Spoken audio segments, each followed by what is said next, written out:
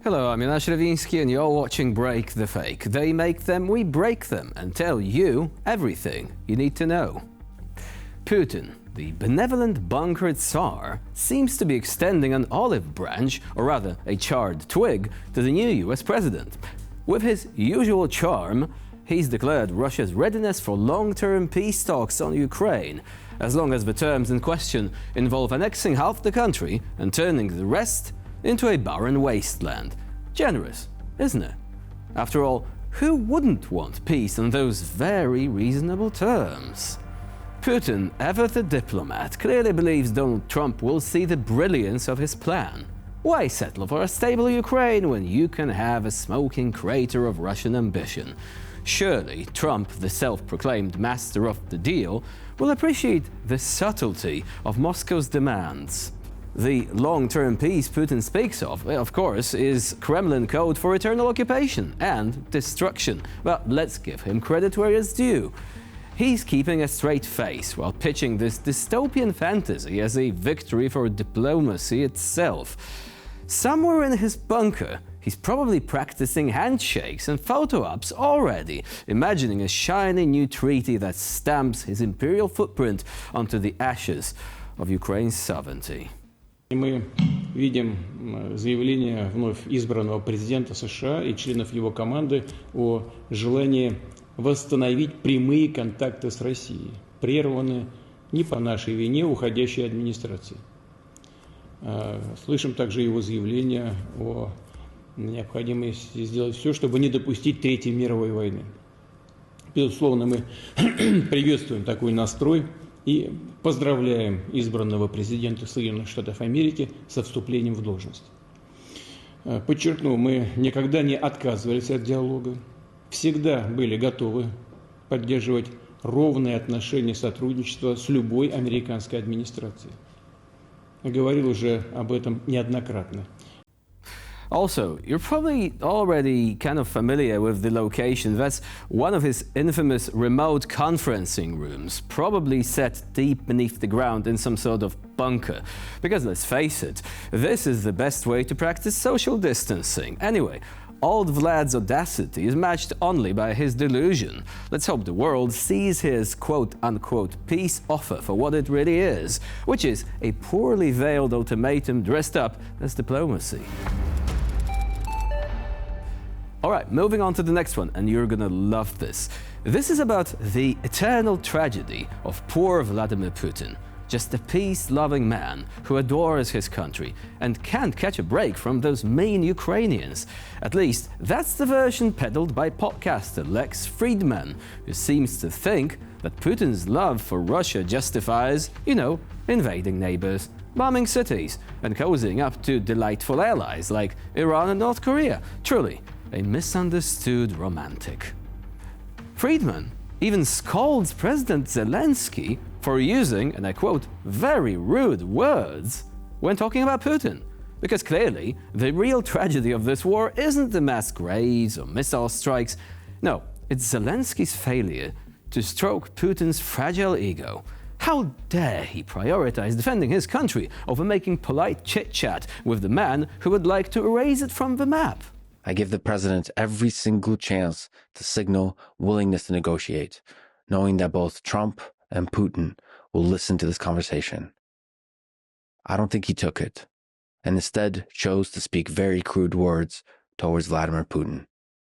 This is fully understandable, but not directly productive to negotiation. To clarify, I have hosted many conversations that were intensely critical of Vladimir Putin, from Serhiy Plokhy to Stephen Kotkin.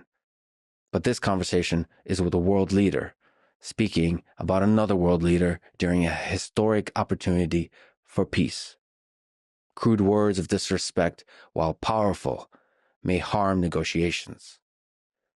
Peacemaking in this situation requires compromise in order to avoid further death and suffering.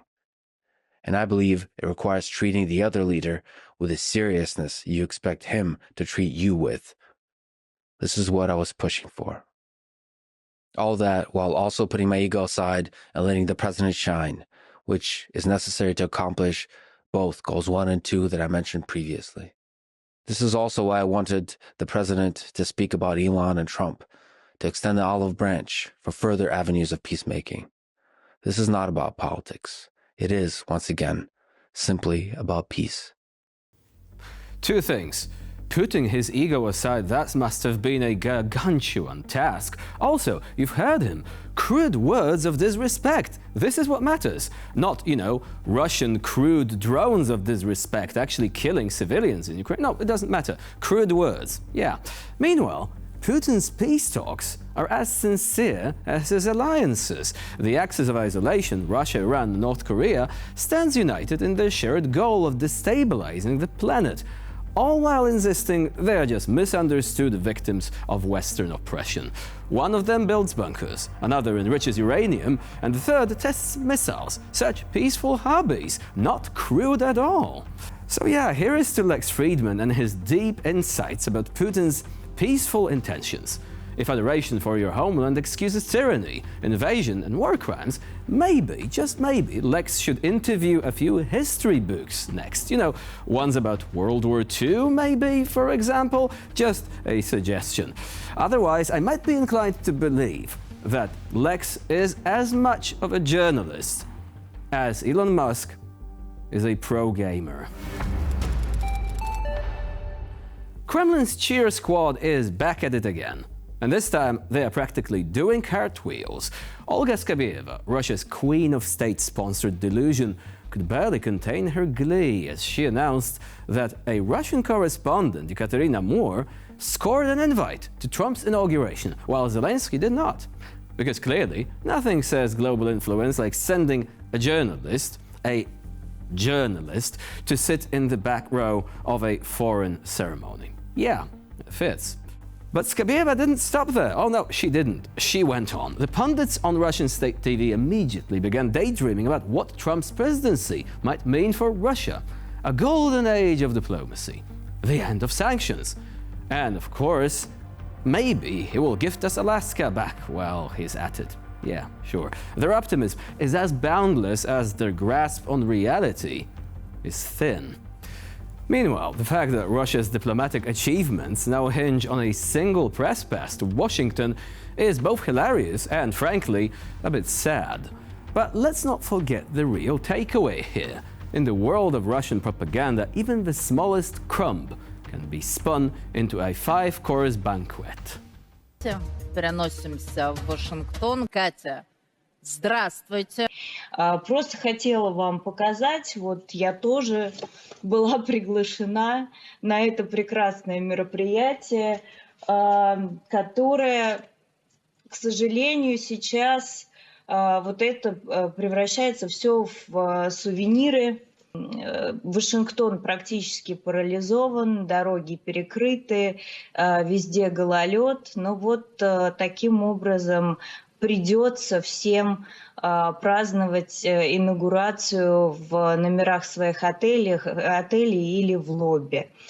Так что да, к сожалению, то, что задумывалось как великое народное гуляние, сейчас превратилось в такой уютный маленький междусобойчик в ротонде. Кать, покажите нам, пожалуйста, еще раз свои приглашения. Не буду задавать этот вопрос публично. Кто вы, Катя, если Дональд Трамп пригласил вас на свою инаугурацию, а Зеленского не позвал, и Макрон на инаугурацию тоже не приглашен? Катя, не отвечайте на этот вопрос, пусть будет интрига. Конечно, интрига. У Кати такая работа. Теперь еще более, наверное, загадочно прозвучало. The enthusiasm of the Kremlin propaganda network is frankly as over the top of its ability to manufacture triumphs out of thin air. Let's just hope that following this initial enthusiasm, there will come a time of disappointment, as Donald Trump acts in a way that the Russians might not have predicted. And with this, we conclude this episode of Break the Fake. Please stay with us here on TVP World for more latest news and updates.